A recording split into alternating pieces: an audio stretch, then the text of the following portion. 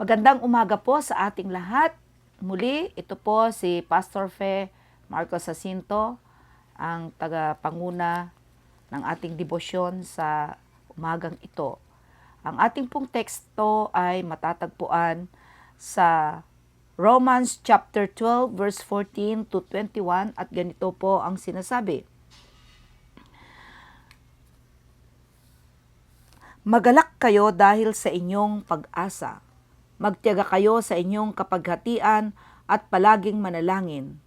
Tumulong kayo sa pangangailangan ng mga kapatiran at patuloy ninyo ang mga taga-ibang lugar. Patuloyin ninyo ang mga taga-ibang lugar.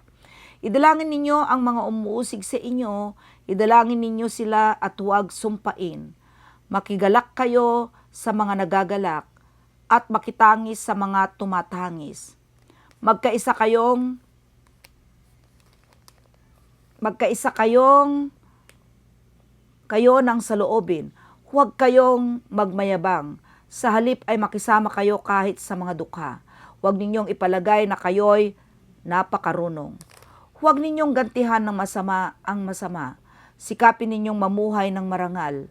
Hanggat maaari makisama kayo ng mapayapa sa lahat ng tao. Mga minamahal, huwag kayong maghiganti. Ipaubayan ninyo iyon sa Diyos. Sapagkat nasusulat, akin ang paghiganti, ako ang gaganti, sabi ng Panginoon. Subalit kung nagugutom ang inyong kaaway, pakainin mo. Kung nauuhaw, painumin mo. Sa gayon ay magbubunton ka ng mga baga sa kanyang ulo. Huwag kayong magpadaig sa masama, kundi daigin ninyo ang mabuti ang masama. Mga kapatid, madaling maging mabuti sa taong mabuti sa atin. Correct? Madaling ngumiti sa taong umingiti sa atin. Madaling tumulong sa mga taong tumutulong sa atin. Pero paano kung ang taong kaharap natin ang siyang nananakit sa iyo ng damdamin? Paano kung tayo ay sinisiraan nila, niloloko, pinagtataksilan, o ginagawan ka ng masama? Dito po sinabi ni Pablo sa ating teksto, una ay yung sinabi niyang, huwag kang padaig sa masama, kundi daigin mo ang mabuti ang masama. Hindi sinasabi ni Pablo na hindi tayo masasaktan. Hindi rin niya sinasabing baliwalain natin ang kasamaan. Ang tinuturo niya ay ito, huwag nating hayaang ang kasamaan ng iba ang magdikta kung magiging anong klaseng tao tayo. Napakahirap nito. Pero, madali lang sa isang Kristiyano, sa isang namumuhay na nakabatay sa kung anong ginawa ng Diyos sa iyo at sa akin. Nakabatay ito kung ano ang ginawa ni Kristo para sa atin. Si Jesus mismo ang nagsabi, ibigin ninyo ang inyong kaaway at ipanalangin ninyo ang mga umuusig sa inyo. Mateo 5:44. Kung ito ang nasa puso ng tao, madaling isipin at madaling madaig ang masama at mangingibabaw ang mabuti. May isang tao daw na galit sa kanyang kapwa. Habang naglalakad siya, kumuha siya ng mainit na uling upang ihagis sa kanyang kaaway. Kumuha siya ng isang uling at ihahagis sa kanyang kaaway. Ngunit bago niya ito maihagis, nasunog muna ang kanyang sariling kamay. Nung ihahagis niya, napaso siguro yung kamay, sunog yung kamay niya, at hindi niya naihagis yung gusto niyang sunugin yung bahay ng kanyang kaaway. Ganito ang galit. Akala natin ang galit ay armas laban sa ibang tao, pero kadalasan tayo muna ang sinusunog nito. Kapag patuloy natin kinikimkim ang galit, mga kapatid, tayo ay mawawalan ng kapayapaan. Kapag may taong nanakit sa atin, huwag nating hayaan na ang ginawa niya ang magiging dahilan para mawala ang kabutihan sa ating mga puso. Oo, nasaktan ka. Pero, ang sabi ng Diyos, hindi ikaw ang gaganti. Manatili at pipiliin nating manatili kay Kristo. Ano pa ba yung sinasabi ng ating teksto sa umagang ito? Sabi niya sa 15, makipaghalakhakan kayo sa mga natutuwa, makitangis kayo sa mga nagsisiiyak. Ang tunay na Kristiyano, ibig sabihin ng ating teksto, ay may pusong marunong makiramdam. May mga taong masaya ngunit walang mapagsabihan. May mga taong umiiyak, ngunit walang gustong makinig. May mga taong dumaraan sa problema sa pamilya, sa trabaho, sa kabuhayan, o personal na buhay, ngunit tahimik lamang. Ang simbahan ay hindi lamang, mga kapatid, lugar kung saan tayo nagsisimba. Ibig sabihin, sabi niya dito sa ating teksto, ang simbahan ay lugar kung saan may taong nakikinig, dumadamay, at nagmamahal. Kung kaya't ito dapat ang kasama o maging ang kasama mo ay dapat lagi mong ipagdarasal. Ang kapwa, ang pakikipag-isa sa kapwa, hindi dapat niyang mong maramdaman nag-iisa ka, kundi iparanas mo rin kung ano ang nararamdaman mo sa kapwa upang ipakita sa pamagitan ng pagdarasal. At kung ganito yung ipinararamdam natin, mga kapatid, sa ating kapwa, siyempre nandoon yung sinasabi ni San Pablo in verse 17 na huwag ninyong gantihan ng masama ang masama, kahit masama na. Yung nakakarap natin yung tao, ang sabi, mahalin sila. Napakahalaga nito. Dahil ang paghihiganti ay parang apoy yan, kapatid. Parang apoy kapag sinagot natin ang apoy ng apoy, lalong lumalaki ang apoy. Ibig sabihin, kapag ang isang tao nanakit, gumanti ka naman, gaganti ka na naman, gaganti rin na naman siya. Ang simpleng problema ay nagiging malaking alitan. So hanggang sa walang gustong tumigil. Pero tama ang sinabi ng ating Panginoon. Kailangan tapusin ang lahat. At ang cycle noon na siyang magtatapos ay tanging ang ating Panginoon.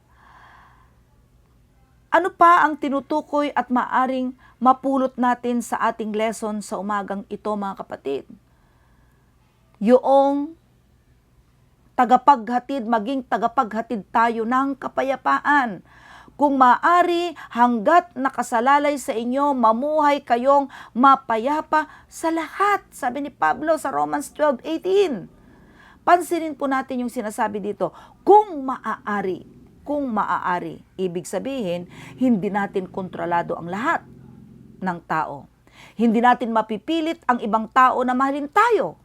Hindi natin mapipilit ang ibang tao na humingi ng tawad para sa atin. Hindi rin natin mapipilit ang ibang tao na baguhin ang kanilang mga ugali. Pero, isang bagay na kaya nating kontrolin, ang ating sariling response. Dapat meron tayo yon. Maaari nating piliing, huwag, mag-retaliate. piliin din natin, huwag tayong manira, gumanti. Bagkos tayo'y piliin natin lagi yung magpatawad, magpakumbaba, at ipanalangin sila. In verse 21, ito po yung pinaka-climax na sinasabi kung ano ang dapat nating mapulot sa umagang ito, yung pinakamalaking hamon, yung daigin ang masama, ang mabuti. Yung daigin, hindi ibig sabihin, talunin natin ang masamang tao sa pamagitan ng mas malaking kasalanan. Ang ibig sabihin, mga kapatid, ay huwag nating hayaan ang kasamaan ang manaig sa ating puso. Kung sinisiraan ka, magsalita lang tayo ng katotohanan. Kung nilalait ka, huwag natin silang gantihan. Hayaan natin sila. Kung may nagkasala sa iyo, mas piliin natin ang magpatawad at gumawa ng mas mabuti kaysa gumawa ng masama. Hindi dahil mahina tayo, hindi dahil mahina ka, hindi dahil mahina ako, kundi dahil si Kristo ang ating lakas.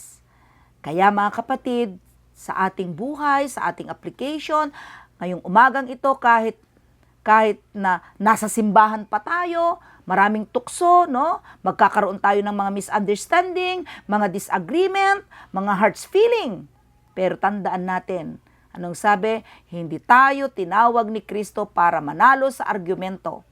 Tinawag niya tayo upang ipakita ang kanyang pag-ibig, upang ang simbahan, upang ang ating lugar, upang ang ating komunidad, saan man nakikita ng mundo kung paano tayo magmahal, magpatawad, at maipahayag at maipakita ang kahalagahan ng pagpapakumbaba upang matanggap natin at hindi mag-retaliate sa kapwa.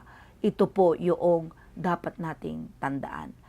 Love must be stronger than disagreement. Grace must be greater than offense. Unity must be more important than personal pride. Yan. So sa ating mga buhay, tanungin natin sa ating mga sarili, mayroon ba akong taong hindi pa o hindi ko mapatawad? Meron bang taong gusto kong gantihan? May galit pa ba ako na matagal ng dala-dala? May relasyon ba akong kailangang ayusin?